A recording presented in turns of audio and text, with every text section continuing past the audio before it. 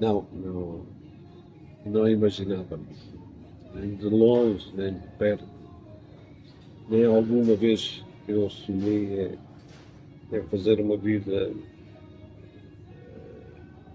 praticamente totalizada no desporto. Tinha outra visão sobre a vida. Quando acabei de estudar, pensei em entrar na banca.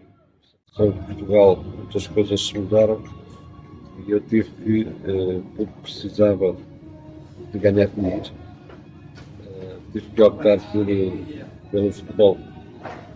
E hoje, felizmente, optei pelo futebol.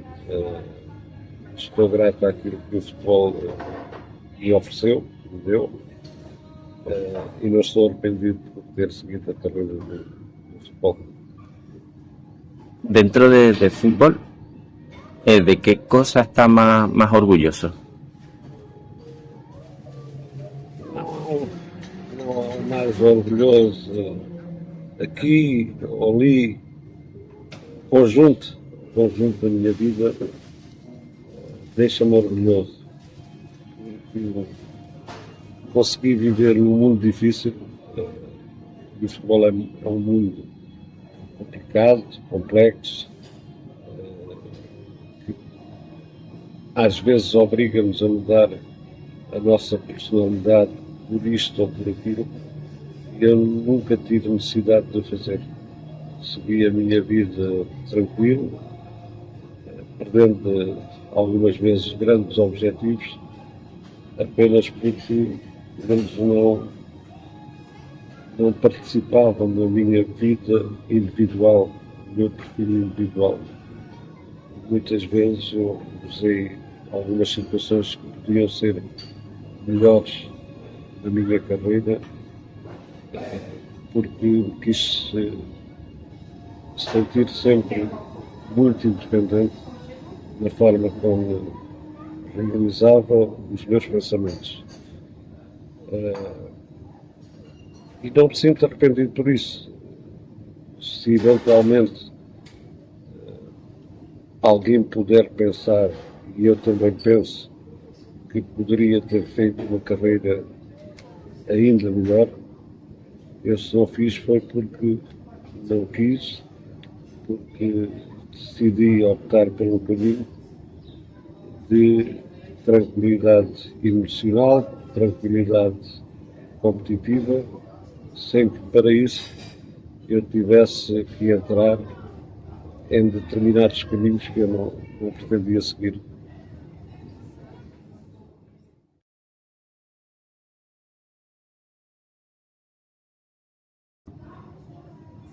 Várias, várias, várias formas de atuar. Algumas exigiam de mim, ou pediam que eu modificasse a minha forma de pensar e a minha forma de estar, e eu entendi que não deveria fazer isso. Isto está relacionado com fazer mais.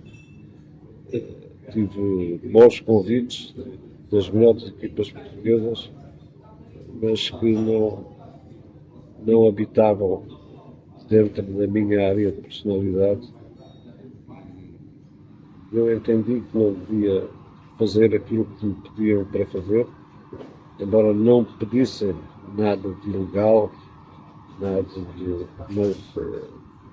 tinha obrigações que eu sabia que não poderia cumprir, porque eu fiz um pacto quando casei com a minha família. Primeiro estaria sempre a minha família, depois estaria o futebol. Recordo-me quando comecei, eu disse para mim próprio, para a minha família, que, por exemplo, o treinador nunca entraria na minha casa, porque a minha esposa não precisava de um treinador em casa e os meus filhos não precisavam de um treinador em casa, precisavam de um marido, de uma esposa e de um pai. E então eu sabia que muitos grandes projetos roubariam muito tempo à minha vida social, à minha vida familiar, mas eu optei sempre por pôr em primeiro lugar a minha vida social e a minha vida familiar. A minha mulher acompanhou-me sempre em todas as viagens, em todos os lugares. Os meus filhos também, enquanto puderam e enquanto estiveram no nosso domínio, fizeram parte da nossa vida, e isso foi o que modificou. Mas poderia dizer que poderia ter feito de forma diferente? Sim, podia ter feito de forma diferente. Mas não estaria a fazer aquilo que era importante para mim, porque o futebol foi muito importante na minha vida, mas havia coisas mais importantes na minha vida do que o futebol. O futebol era importante, mas não era a coisa mais importante da minha vida.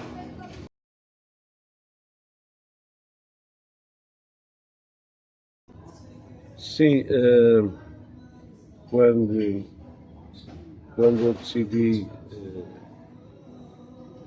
sair de Portugal, os meus filhos já não precisavam tanto de mim. A adolescência já tinha feito a fase final da vida deles, que era importante para a vida deles, e então, quando eles ficaram mais independentes, a minha independência também, e a da minha esposa, ficou mais livre, porque felizmente eles são filhos extraordinários, e eu penso que, quando penso nos filhos que tenho, que valeu a pena ter feito essa opção.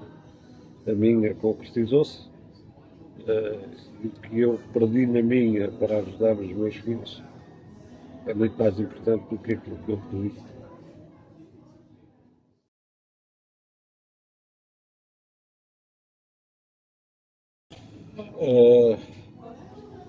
São todos momentos diferentes. Todos momentos diferentes. Em todos os momentos da carreira eu senti-me feliz. Mesmo quando as épocas não foram boas, eu continuo a pensar que poderiam ter sido piores. Felizmente não foram tão más. Mas a que me marcou mais por uma conjectura de factos, talvez a vitória de Guimarães. Porque quando eu fui para o Vitória de Guimarães, o Vitória de Guimarães estava na segunda liga, mal classificado, no oitavo ou nono lugar da segunda divisão. E olhando ao historial do Vitória, era qualquer coisa que não estava bem naquela cidade. E nós acabámos por ser felizes, subimos de divisão, conseguimos ainda subir de divisão, e no ano seguinte ficámos na melhor classificação de sempre do Vitória, inclusivamente com o apuramento para a Liga dos Campeões. E digamos que o Vitória subiu no espaço de um ano entre a segunda divisão e o terceiro lugar da primeira divisão, subiu qualquer coisa como 20 e poucos lugares no ano. Depois, o que me marcou e ainda hoje guardo como recordação foi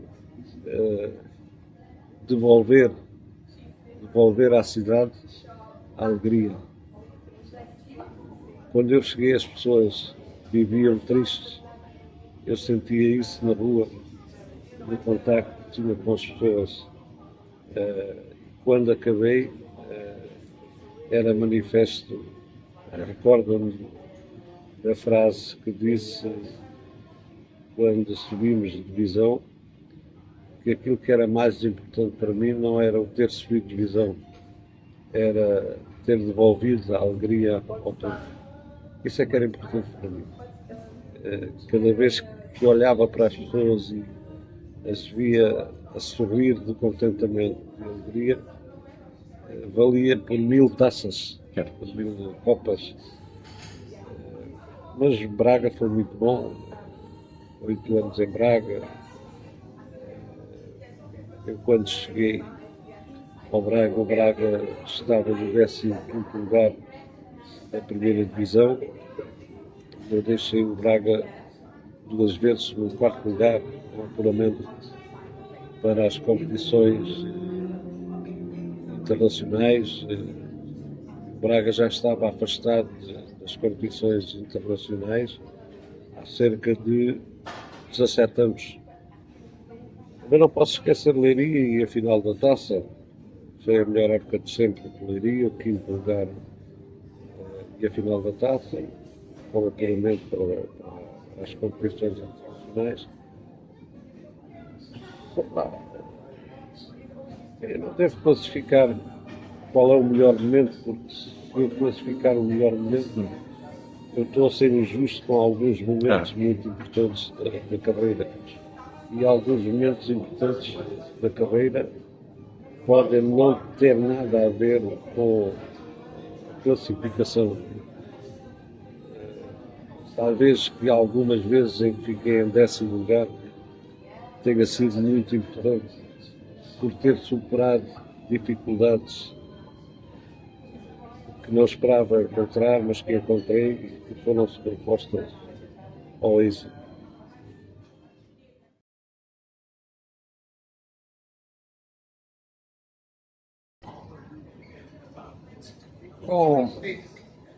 Com simplicidade e com respeito pelos sentimentos dos outros. Eu sou rico em rivalidades entre clubes.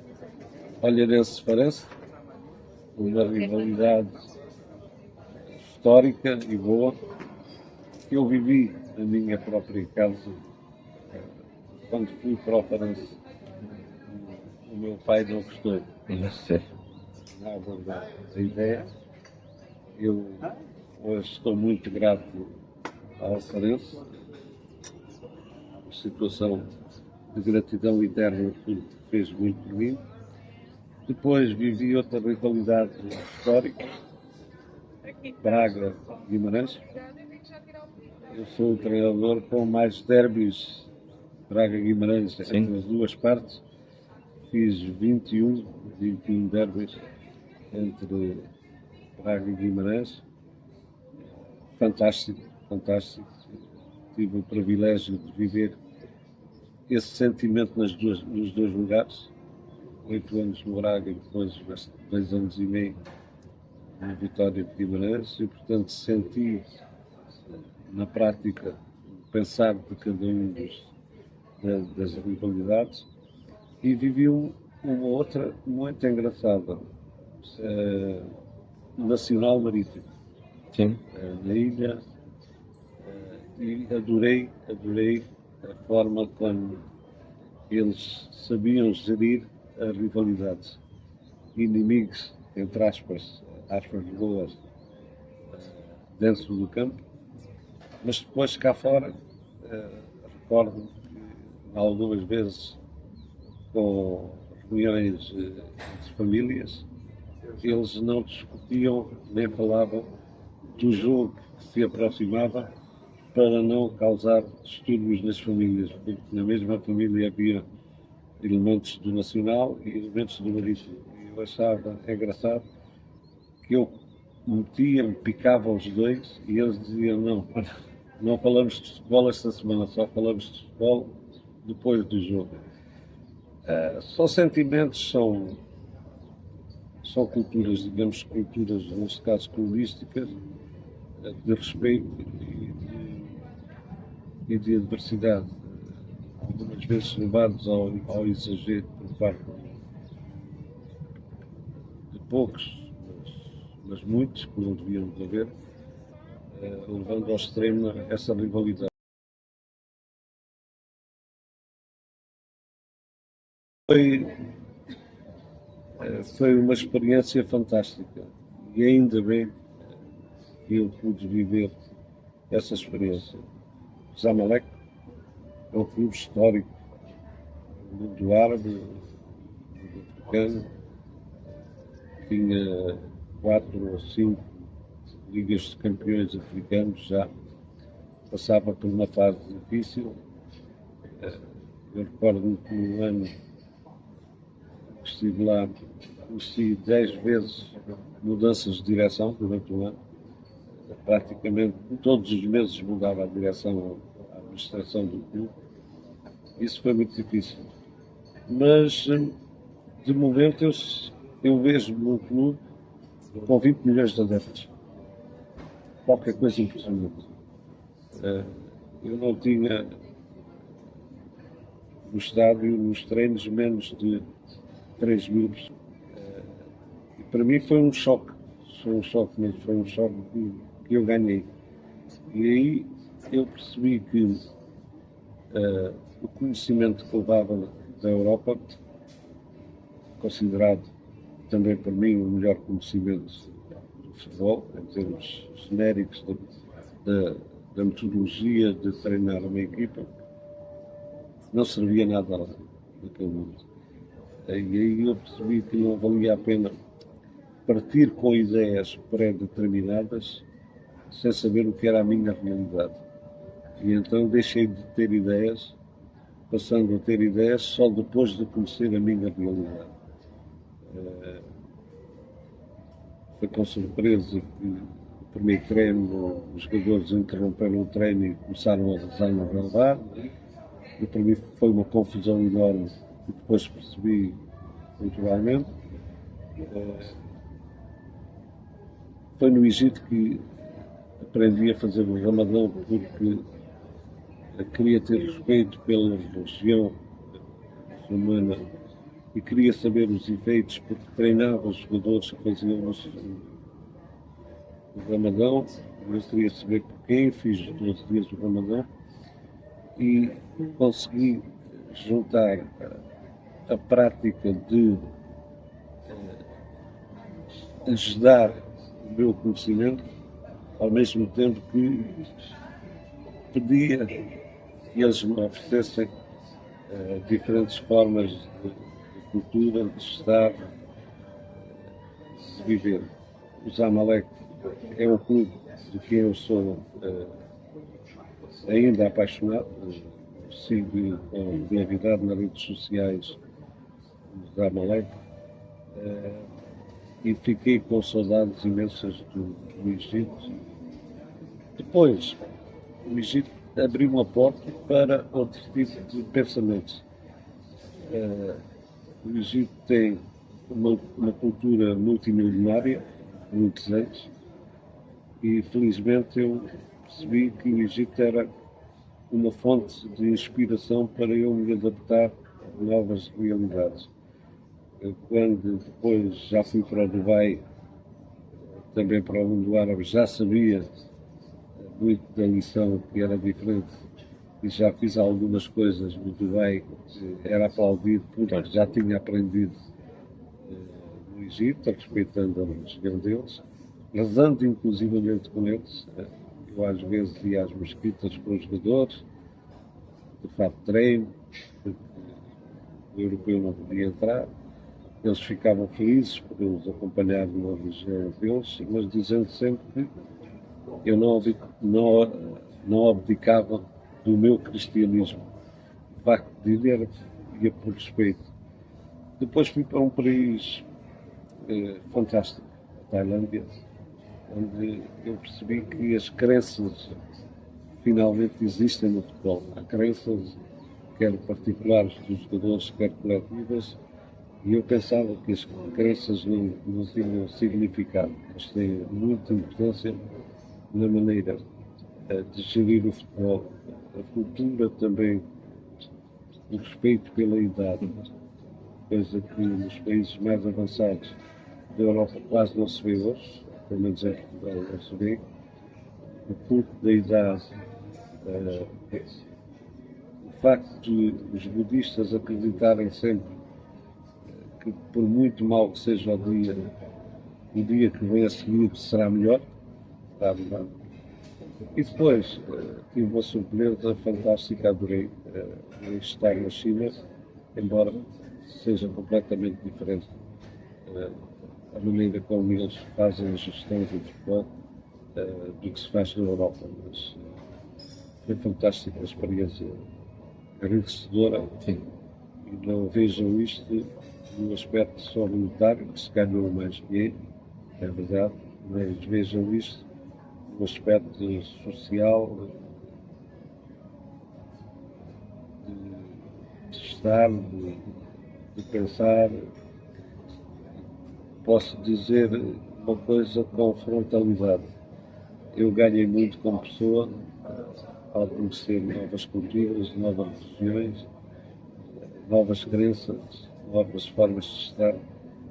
E isso foi uma riqueza para mim fantástica. Eu modifiquei muito da minha forma de viver, de ter vivido em conjunto e ter partilhado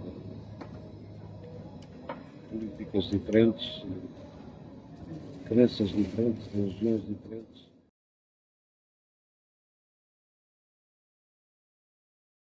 O clube do coração. Eu nasci aqui, devo tudo à minha infância aqui. Foi um clube onde eu iniciei a jogar futebol com os sonhos de criança que todas as crianças têm, e é o clube da minha terra natal. Vivia, na altura em que vim para presidente, o seu pior momento da história de 114 anos, que já faz agora 115, nunca o Olhanense esteve numa situação tão difícil. E não havia ninguém que quisesse ou que tivesse na predisposição para ajudar a salvar o clube ia morrer. Ia morrer. Morria no mês, morria no outro. Acabava a história fantástica de um clube, uma história fabulosa no desporto português. Então, por causa de alguns amigos, eu decidi, eu estava em Braga, morava em Braga, eu decidi que, e o meu filho Hugo é o verdadeiro culpado quando diz, passados uns dias, ele em princípio não concordou com a ideia, mas depois é ele que me disse que eu tinha que jogar no Olhanense. E felizmente fiz. E fiz de uma forma estúpida. Candidatei-me ao clube sem querer saber o que se tinha passado, não estava muito interessado em saber o que é que tinha acontecido e porque é que o Olhanense tinha caído no poço, no último lugar no poço. E eu não quis saber disso, eu quis saber a situação real, e aqui vem o que aprendi no estrangeiro. Não me interessa o passado, interessa-me a realidade e como é que eu ajudo a salvar o clube da minha terra. Pois tenho orgulho disso. Eu posso não ser um bom presidente, mas fui o presidente que viveu o pior momento da vida do clube. E que vejo agora o clube a recuperar, está muito melhor, mas não está bom ainda, ainda precisa de... mas sei que está melhor. O futuro do Olhanense volta a ter motivos para os sócios, os adeptos, os locais, sócios ou não, os cidadãos de Olhão, poderem sorrir, porque a luta vai ser difícil, mas nós vamos dando os passos cada vez mais certos, mais coerentes, e o Olhanense já não está em condições de morrer de um momento para o outro. Pode no futuro vir a ter dificuldades, mas se me deixarem acabar a obra que penso fazer para o Olhanense, seguramente deixarei o clube em condições dos jovens, de dirigentes mais jovens, das pessoas que, da adolescência pretende voltar a ganhar amor ao clube, vir a governar o clube, sem ter pânico, medo que eu tive que enfrentar depois de ser presidente do Olhanense, porque eu não sabia a realidade em que encontrava o clube. Tive horas de desânimo, tive horas me apeteceu abdicar porque as dificuldades eram tantas, mas aqui valeu a família. Dois momentos que eu pensei em abandonar o clube, a minha esposa, que viveu a vida comigo, disse, por muita dificuldade que eu possa encontrar, nunca deveria desistir, porque o desautor nunca ganha uma guerra, também não aperta, foge. E a família disse-me que eu não poderia ser o covarde. Foge, o homem com medo do futuro, e felizmente a família, especialmente o meu filho, reuniu-se à minha volta e deram-me o apoio necessário e as ajudas necessárias para dizer que talvez não seja o melhor presidente que o Olhanense precisava, mas fui o único que na hora mais dramática da sua vida disse presente e estou cá.